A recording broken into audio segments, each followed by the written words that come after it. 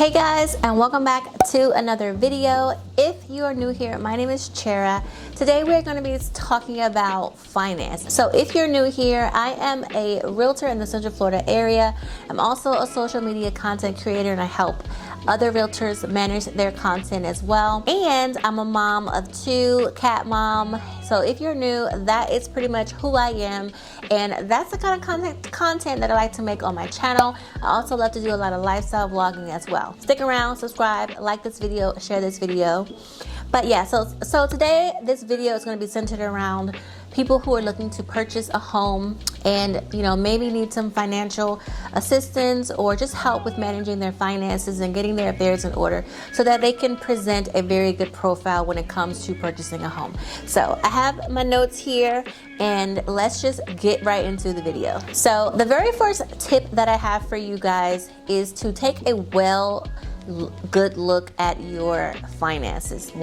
Take a good look at your finances. What I mean by that is look at your last 6 months bank statements, go through them, highlight what you didn't need to purchase, highlight what is a need, highlight a want that you wanted, that you spent money on, highlight, every subscription that you paid for, every entertainment piece that you may have done, whether it be eating out or going to have fun with your friends. Just look at everything that you have spent money on and put that stuff into categories.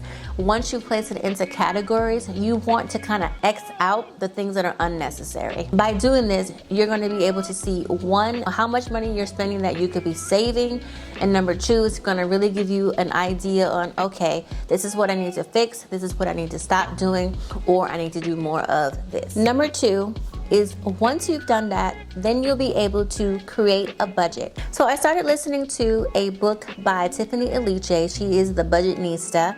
If you may have heard of her, you may have not. I'm going to leave her book down below on financing, budgeting, and how to manage money. I'm already loving the book. So many great tips. I've actually read a few different books that I've loved when it comes to managing money, and I can tell that hers is going to be another one. I can already highly recommend this book, so I'm going to leave it linked down below. She talks about how to separate your expenses. So I think it's a really good book that's going to be able to help you on how to create a budget. I am not a professional financial person, not a financial advisor. So I'm not going to give you what I do for my budget, but create a budget, use the tips. The one tip that I will leave you is that you want to include a few different categories. So you want to have a category for your monthly bills, your personal expenses, your things that you want, things that you absolutely need, and you also want to create a savings, maybe a 3 to 6 month savings, and an emergency savings. Now, number 3, I mentioned just a second ago that you want to have a 3 to 6 month savings. This is going to be key, especially if you're buying a home. Just in general, you will want to have this, but especially if you're going to purchase a home. When the lender looks at your finances, they want to see what kind of savings you have so that you're able to make your mortgage payment a month and be able to take care of any home things, any home expenses, unexpected expenses that might come about.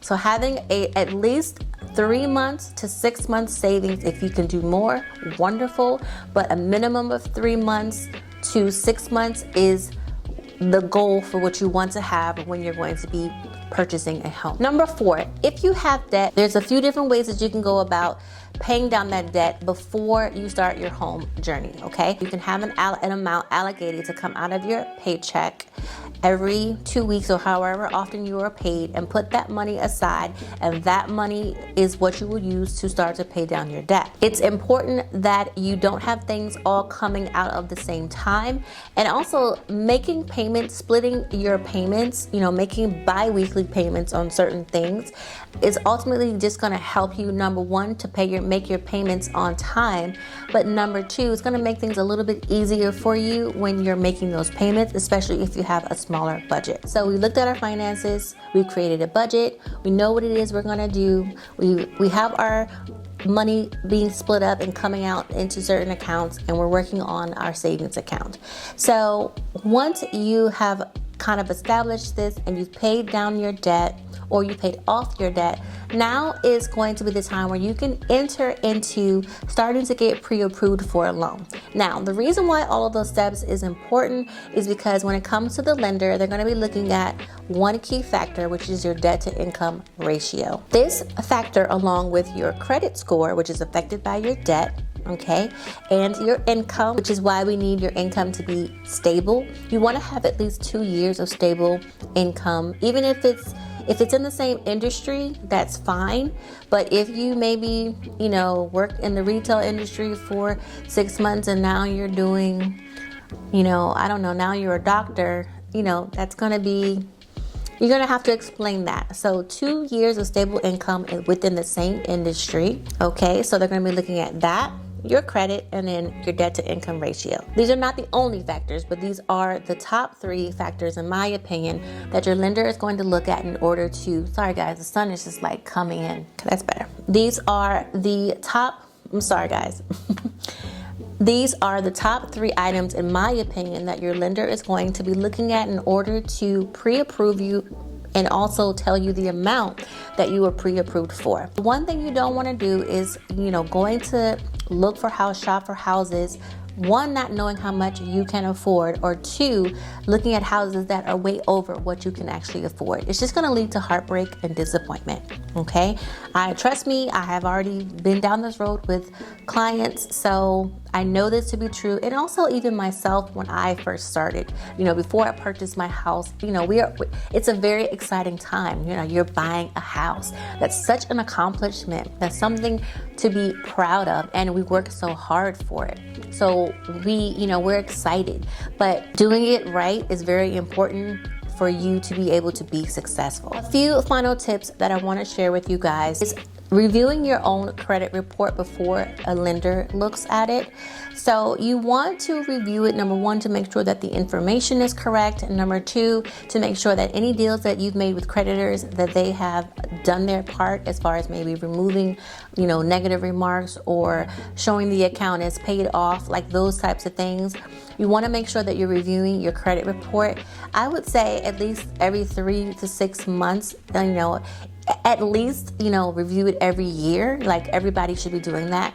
But if you're in the home buying process, they do give you can get a free credit report. That's, that's common knowledge. You can get a free credit report from all of the bureaus 1 time a year. And it doesn't hurt to pay that little bit of extra money. Maybe, I think it's like, $7.99 or $14.99 or what have you, to pull your credit report, so that way you can, number 1, view your score and also make sure that your credit reports are correct.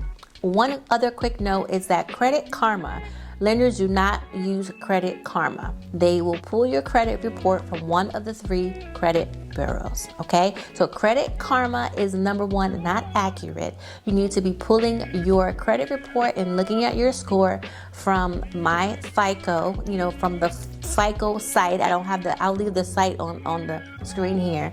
That's where you need to pull your credit score from, or you can even pull it from the bureaus themselves. My 3rd pro tip for you guys is when you're working your budget, there's different types of ways you can do it. You can do just a written budget. You can use programs like Mint or QuickBooks, or you can use a digital budget that you can purchase, where people have created budgets that you can actually download onto your computer, and you can just input the numbers that way. So there's a lot of different ways that you can create that, where you can view and manage your budget. If you're just starting out, I would say using something like Mint is probably the easiest way for you. But if you're like an analytical person like me, a written budget will work just fine. I don't really like Mint and all those other ones. I like to I'm hands-on with my budget. So that's what I prefer. But there's a couple of different options. And then the 4th and final pro tip that I will leave you guys is to please pay your bills on time.